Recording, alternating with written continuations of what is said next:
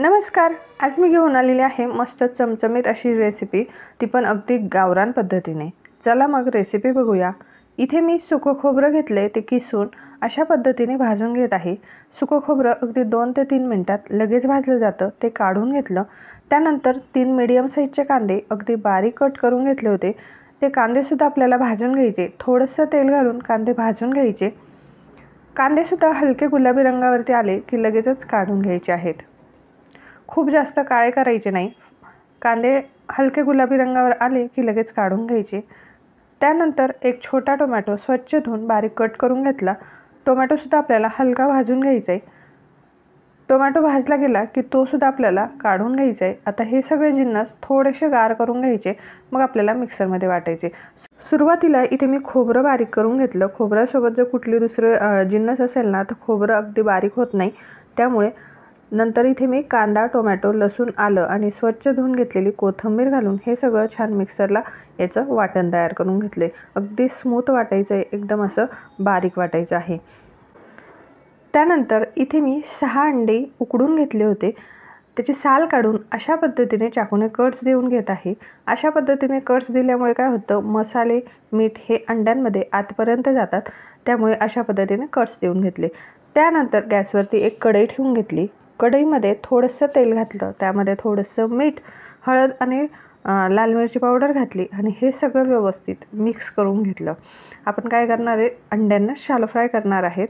म्हणून अशा पद्धतीने मिक्स करून घेतल्यानंतर जे अंड्यांना आपण कट्स देऊन घेतलं होतं ना, ते अंडे घालून घ्यायचे आणि अंडे आपल्याला मस्त 2-3 मिनटं शॅलो फ्राय करून घ्यायचे. गॅसची फ्लेम अगदी लो ठेवायची. लो गॅसवरती स्पॅच्युलाने अशा पद्धतीने हलवत आपल्याला अंड्यांना शॅलो फ्राय करून घ्यायचे. अंडे शॅलो फ्राय झाले की ते काढून घ्यायचे आहेत. त्यानंतर आता त्याच कढईमध्ये तेल घातलं मी. त्यामध्ये दालचिनी, तेजपान आणि थोडंसं जिरं घातलं. आता आपण यामध्ये जे आपण वाटण करून घेतलं होतं ना, ते घालून घेणार आहोत. गरम तेलामध्ये हे वाटण चांगलं परतून घ्यायचं आहे. 3-4 मिनटं या तेलामध्ये वाटण छान परतून घ्यायचं. वाटण चांगलं परतून झालं की आता यामध्ये मसाले घालायचे. आज मी इथे नलिनी काकूंचे मसाले वापरणार आहे. हे मसाले अगदी चांगल्या क्वालिटीचे आणि कुठलेही प्रिझर्वेटिव्ह न वापरता बनवलेले मसाले आहेत. तर इथे हा आहे नलिनी काकूंचा घरगुती किचन क्वीन मसाला. तर इथे मी 2 चमचे मसाला वापरलेला आहे. हा मसाला वापरला ना, तर यामध्ये दुसरे कुठलेही मसाले वापरायची गरज नाही किंवा लाल तिखट घालायचं सुद्धा गरज नाही. त्यानंतर थोडीशी धना पावडर आणि हळद घालून हे छान मिक्स करून घेतलं. तुम्हाला जर नलिनी काकूंचे मसाले हवे असतील तर डिस्क्रिप्शनमध्ये लिंक आणि फोन नंबर आहे, जाऊन तुम्ही नक्की चेक करा. आता तुमच्याकडे जर हे मसाले नसतील तर तुम्ही घरातले कुठलेही मसाले घालून आणि व्यवस्थित मिक्स करून घ्यायचे. आता थोडंसं मिक्सरचं भांडं धुवून पाणी घातलं आणि व्यवस्थित मिक्स करून आता हे मसाले तेल सुटेपर्यंत चांगले परतून घ्यायचे आहे. आता यामध्ये मी 1 चमचा साजूक तूप घालत आहे. तुम्हाला जर साजूक तूप घालायचं नसेल तर बटर घातलं तरीसुद्धा चालेल. व्यवस्थित मिक्स करून घ्यायचं आणि झाकण ठेवून 2 मिनटं आपल्याला हे मसाले छान परतून घ्यायचे आहे. 2 मिनटानंतर तुम्ही बघू शकता मसाल्यांना अगदी छान असं तेल सुटलेलं आहे. एकदा चांगल्या प्रकारे मिक्स करून घ्यायचं आहे. त्यानंतर आपण जे अंडे शॅलो फ्राय करून घेतले होते ना, ते अंडे या मसाल्यांमध्ये घालून घ्यायचे आहेत.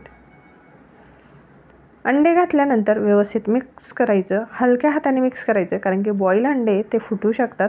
म्हणून हलक्या हाताने मिक्स करायचं. झाकण ठेवून 2-3 मिनटं हे अंडे या मसाल्यात छान परतून घ्यायचे आहेत, कारण की मसाल्यांचा सुगंध अंड्यांच्या आतपर्यंत जावा, यामुळे 2 मिनटं आपण हे परतून घेतले. त्यानंतर इथे मी गरम पाणी घेतलेलं आहे. तुम्हाला भाजी किती घट्ट किती पातळ हवी यानुसार तुम्ही पाणी ॲड करू शकता. गरम पाणीच घालायचं, यामुळे तवंगही छान राहतो आणि भाजीची टेस्टही खूप छान राहते. झाकण ठेवून उकळी काढून घेतली. त्यानंतर चवीनुसार मीठ घातलं, व्यवस्थित मिक्स केलं. त्यानंतर बारीक कट करून घेतलेली कोथिंबीर घालून घेतली आणि थोडीशी कसुरी मेथीसुद्धा घालून घेतली. हे सगळं घातल्यानंतर व्यवस्थित एकदा मिक्स करून घ्यायचं आहे आणि झाकण ठेवून मस्त एक दणदणीत उकळी काढायची आहे. तर तुम्ही इथे बघू शकता आपली भाजी अगदी छान अशी तयार झालेली आहे. तवंगही छान आलेला आहे. सुगंधही अगदी छान येतोय. मसाल्यांचा सुगंध अगदी छान येतोय आणि इथे आपला अंडा करी मसाला तयार झालेला आहे. श्रावण लागणार आहे, आषाढ संपत आलेला आहे. तुम्हीसुद्धा ही एकदा रेसिपी नक्की ट्राय करा, अगदी छान होते. आणि मसालेसुद्धा तुम्हाला जर ऑर्डर करायचे असतील तर एकदा डिस्क्रिप्शनमध्ये लिंक आणि नंबर नक्की चेक करा. चला मग भेटूया अशाच नवीन रेसिपीसोबत.